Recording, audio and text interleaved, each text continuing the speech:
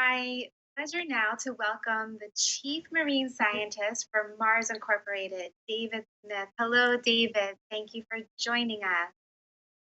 If you could start off and maybe share with us a little introduction about your work with coral reefs and maybe why you've become so involved in coral restoration within Mars Incorporated.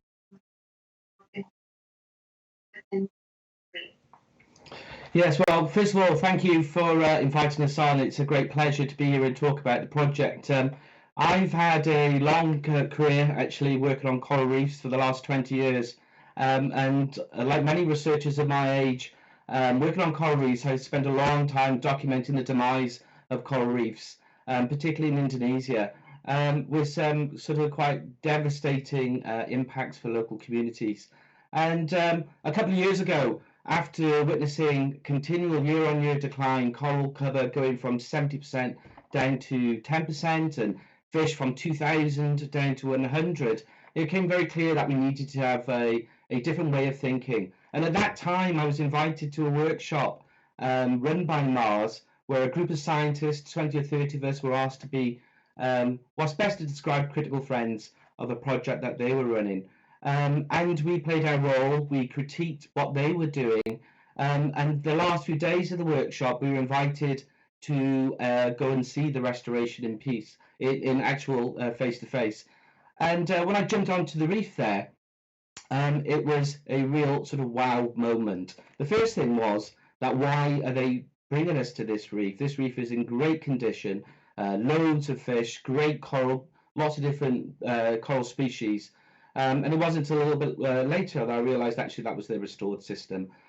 So it was absolutely mind-blowing what they've actually managed to achieve in such little time, and the productivity of the system, and really seeing a reef that reminded me, looking back, diving 30 years ago. So that was a real key pivotal moment, the long-term loss and this real ray of hope, this opportunity do something special to allow the system to regenerate and get our reefs back to a real good condition. That was a real sort of defining moment for me.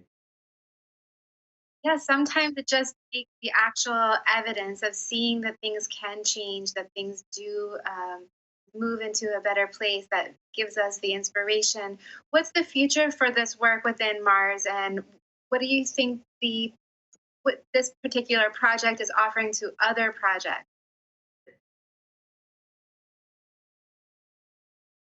I think the project's a really interesting one because it's a partnership between researchers, conservationists, and a business. And what Mars has brought to the game really is a sort of real business mindset to deal with conservation.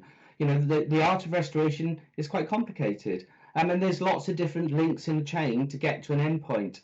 And what a business view and what Mars has brought to it is to dissect each of those little steps in the chain to get from sort of obtaining resources to actually implementation, and made it really effective and efficient.